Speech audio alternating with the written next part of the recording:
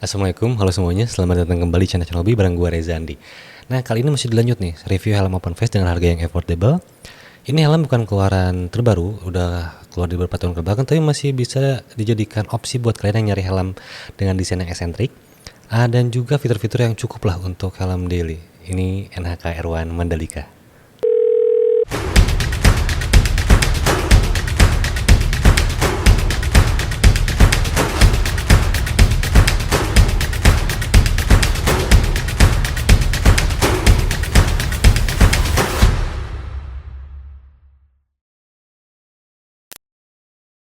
Menjadi sponsor tidak tertulis untuk SAG Mandalika Racing Team, NHK punya privilege buat bikin livery tim tersebut di line up helm mereka, salah satunya di NHK R1 ini.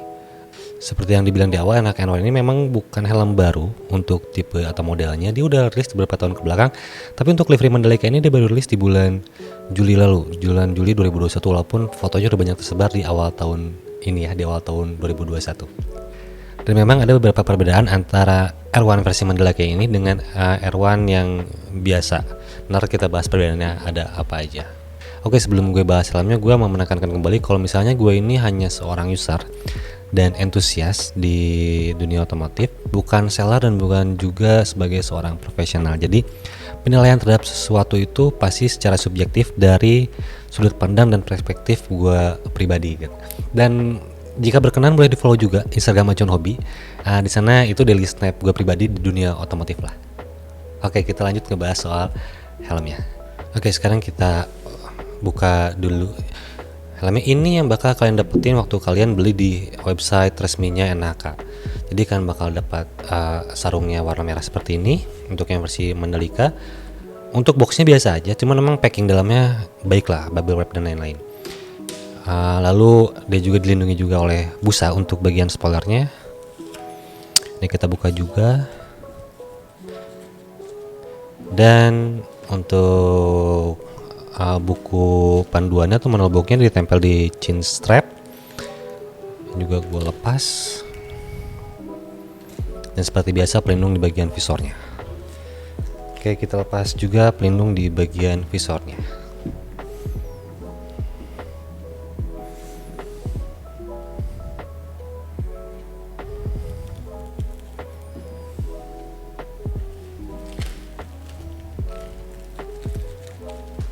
Oke, kita mulai dari eksteriornya dulu.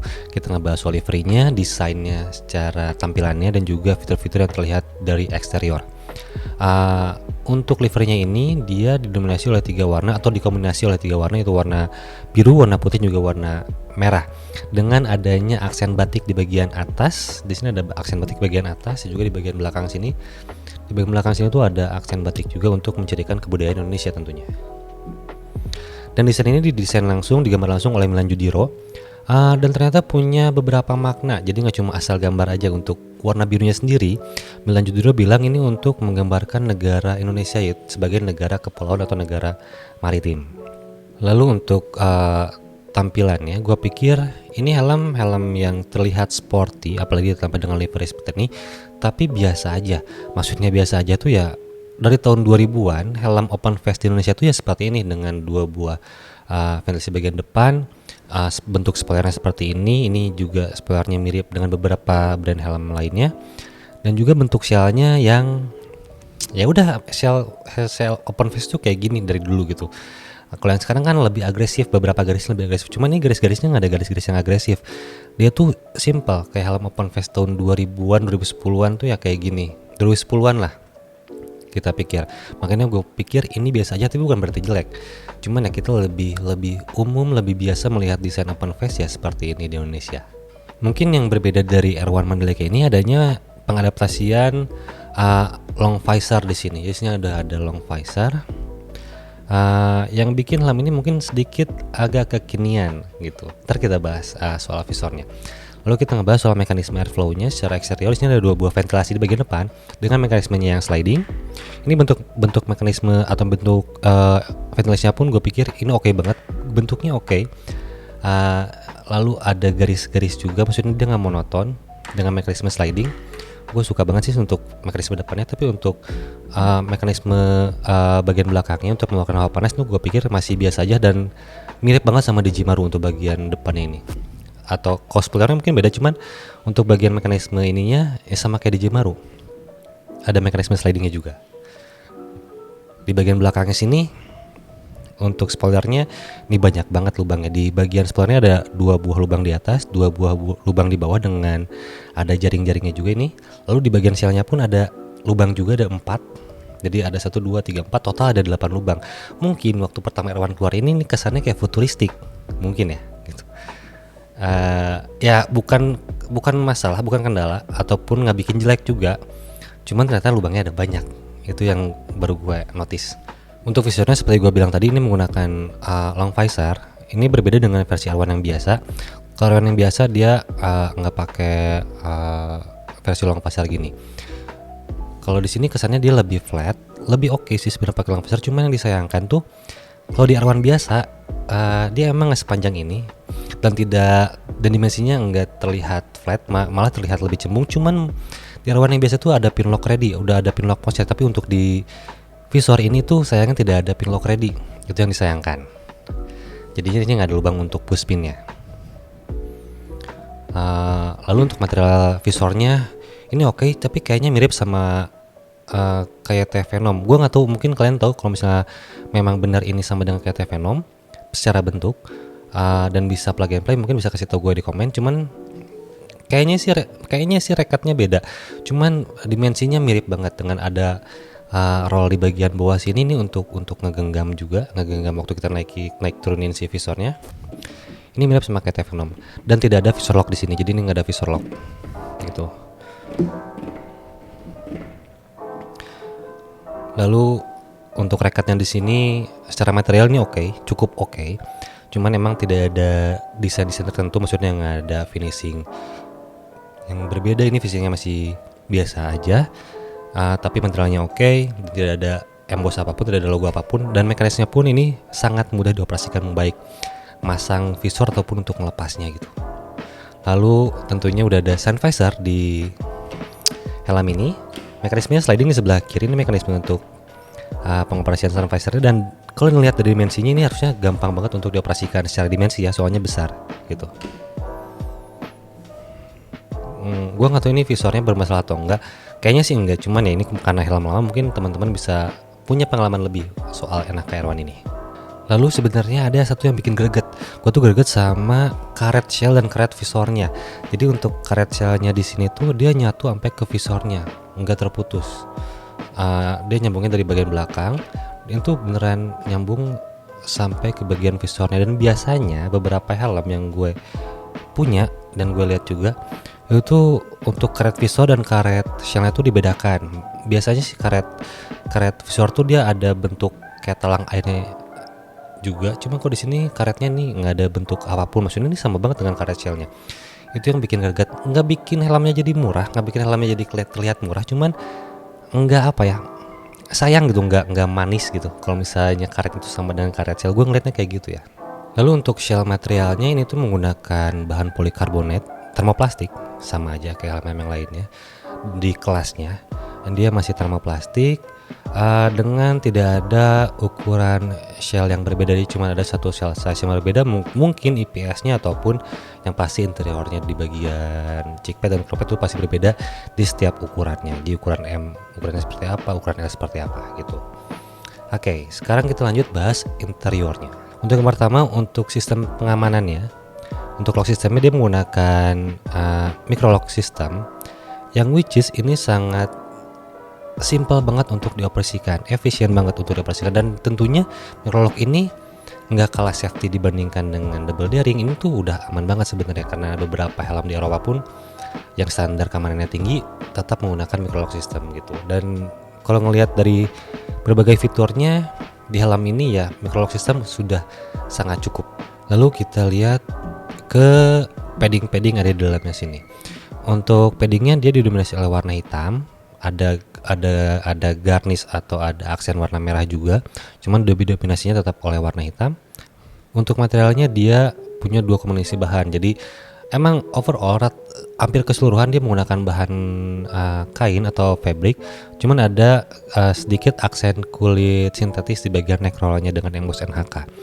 Cuman untuk selebihnya dia bahannya kain dengan dua tekstur yang berbeda. Mungkin yang untuk bagian cheek pad dalamnya untuk innernya dia pakai bahan atau tekstur yang biasa, maksudnya biasa pada umumnya. Cuman untuk bagian yang kalian lihat di sini, ini bagian cheek pad bagian luarnya tuh, ini bentuknya kayak bentuk rajutan gitu, nggak bolong-bolong, cuman bentuknya rajutan aja gitu, untuk ngasih aksen, mungkin untuk ngasih dimensi yang berbeda di interiornya. Oke, ini sambil gua coba lepas karena ini removable. Nggak semua, kalau nggak salah neckrollnya dia nggak bisa dibuka. Oke, jadi ini untuk bagian cheek padnya. Yang pertama kerasa itu ini bagian cheek padnya, ini size-nya M, helmnya tebal banget. Kenapa ini bisa tebal banget? Karena tidak ada IPS di bagian pipinya. Jadi di bagian situ nggak ada IPS-nya hanya di bagian patok kepala aja. Untuk IPS-nya untuk di bagian pipi dia nggak ada IPS. Yang mungkin nih ya, karena nggak ada IPS, jadinya kalau untuk keamanan udah pasti jelas sedikit berbeda. Gua nggak bisa ngasih data valid, cuman untuk tingkat kebisingan biasanya kalau yang tanpa IPS di bagian pipi itu lebih berisik biasanya. Untuk helm-helm yang tidak ada IPS di bagian pipinya di sini gitu. Jadi ini button kliknya ini langsung nempel ke shellnya, bukan ke IPS. Lalu untuk crown padnya pun ini bisa dibuka.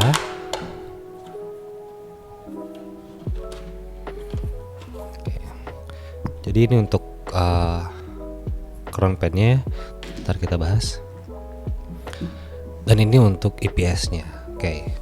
Kita lihat dulu untuk interior padding ini ada crown padnya. Ya, seperti dibilang tadi bahannya ini full kain, nggak ada apa ya, nggak ada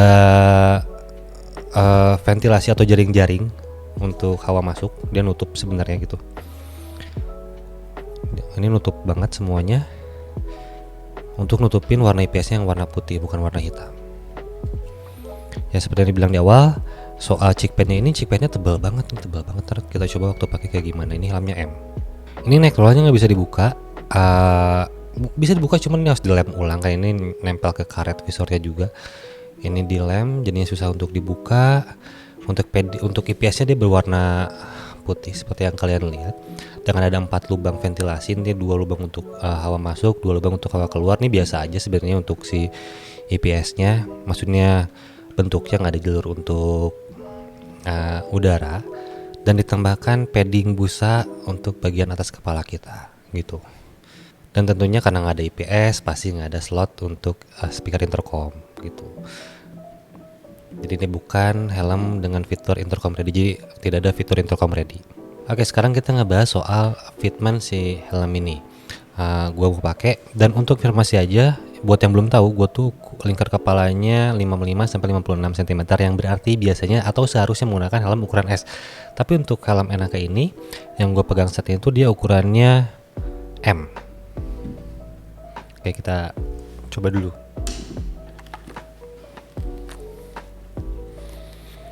Biasanya buat tahu enak atau enggak helm itu dipakai selama beberapa menit dalam kondisi seperti ini. Maksudnya dipakainya nggak cuma pakai lepas lagi gitu. Cuman ini first impressionnya. Yang pertama itu cheek padnya, iya ini tebal banget. Nyaman juga sebenarnya untuk materialnya. Di pipi tuh kerasa nyaman juga. Lalu untuk bagian lehernya, neckroll ini benar nge-cover leher. Cuman yang concern yang pertama kali gue rasain itu ada, ini ngomongin center of gravity, yang gue kerasa itu ketekan di daerah ubun-ubun. Jadi kayak kepusat di situ ketekannya tuh gitu. Nggak ada yang nopang sama sekali. Jadi cheek padnya nggak nopang. Helmnya yang nopang tuh di bagian ubun-ubun itu. Kerasa ketekan tuh di bagian ubun-ubunnya. Gue kerasa kayak gitu ya. Lalu untuk bagian tengkorak kepala kiri kanan sebelah sini itu kerasa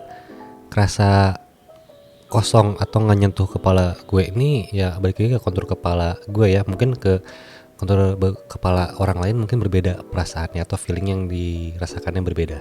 Cuman experience gue seperti itu. Yang pertama ketekan di bagian ubun-ubun, nggak sakit, cuman kerasa beratnya di situ gitu. Untuk bagian tengkorak kiri kanannya nggak kesentuh, dia masih kosong. Untuk pipinya gue bilang nyaman.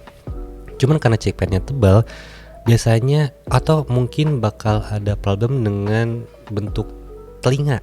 Jadi kalau misalnya telinganya bentuknya berbeda. Dengan gue ada yang ngelipat, ada yang ketekan, cuman untuk yang gue rasain sekarang ini nggak ada yang ngelipat, nggak ada yang ketekan. Lalu iya, gue pikir ini akan sekedap beberapa helm yang menggunakan IPS di bagian cheek padnya. Ini nggak terlalu kedap, tapi untuk visornya emang dia panjang sih.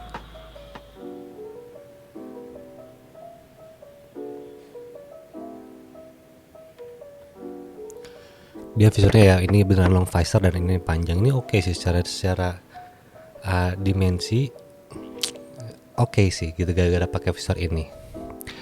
Itulah overall yang gue rasain soal menggunakan helm ini. Lalu untuk sun visornya coba. Oh ini. Untuk sun visornya gue pikir ini nggak tahu, balik lagi ke perspektif kalian yang udah pakai R1. Cuman menurut gue nih visornya untuk sun visornya kurang turun ke bawah, maksudnya kurang panjang. Jadinya gue ngeliat ada perbedaan cahaya gitu, nggak ke cover semuanya. Mungkin kalau nunduk sedikit kayak gini ini masih oke, cuman kalau kita bawa motornya tegak, motor tegak, motor matic mungkin ada sedikit perbedaan gitu. Waktu kita ngeliat bukan speedo lah, jalan yang lebih dekat 1 meter mungkin cahayanya masih cahaya terang tanpa ada sun visor. Cuman kalau untuk lihat ke depan ya gelap gitu, ketutupan sama kalau matahari sih pasti akan masuk. Itu sih yang overall yang gue rasain seperti itu untuk fitment atau first impression pertama kali menggunakan helm R1 ini. Untuk helm R1 ini harganya untuk versi Mandalika ini dibanderol dengan harga 450.000. Cuman untuk yang versi biasanya dia harganya sekitar 350.000-an, beda 100.000 lah gitu. Itu bisa kalian cek di website resminya NHK. Gue pikir dengan range harga tersebut 3,5 sampai 4,5 ini kompetitornya tuh banyak banget. Yang baru-baru juga banyak. Kalau disebutin ada Kyoto, ada Dynamic, ada yang baru dari Kayate itu Galaxy Flat R. Itu baru juga, ada Zeus 610, naik lagi Zeus 611, ada lagi Kairos, ada SV300 yang sampai sekarang masih PO, belum rilis. Banyak banget lah untuk kompetitor di range harga 3,5 sampai 4,5. Semuanya dikembalikan lagi pada kalian. Kebutuhannya apa? Yang penting fitmentnya nyaman di kalian, itu yang menurut gue nomor 1 ya. Terus yang kedua, kalian kebutuhannya fiturnya apa? Karena emang untuk range harga sekian biasanya fiturnya nggak lengkap. Ada yang ini ada sun visor, di sini nggak ada double daring misalnya gitu ya, ada pin lock ready, di sana nggak ada pin lock ready. Untuk ini kan untuk yang R1 versi biasa udah pin lock ready. Untuk beberapa helm range segitu tuh jarang banget yang ngasih pin lock ready di visornya. Cuman sayangnya di Mandalika ini emang tidak pin lock ready.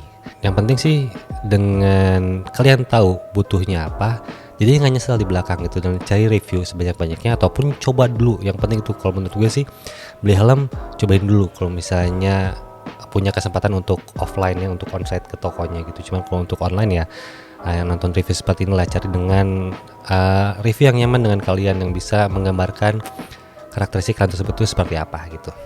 Oke, sekian review gue soal NHK R1 ini, mudah-mudahan bisa bermanfaat buat teman-teman semua. Terima kasih sudah menyaksikan sampai akhir, dan jika berkenan boleh di subscribe si channelnya ini Acuan Hobi, dan kalau misalnya suka dengan videonya boleh juga di like. Mohon supportnya, dan kalau misalnya ada kritik dan saran jangan ragu buat komen. Gue beneran nerima semua kritik dan saran dari awal. Gue banyak berterima kasih buat teman-teman yang ngasih saran, ngasih insight dan lain-lain. Oke, sampai jumpa di video selanjutnya.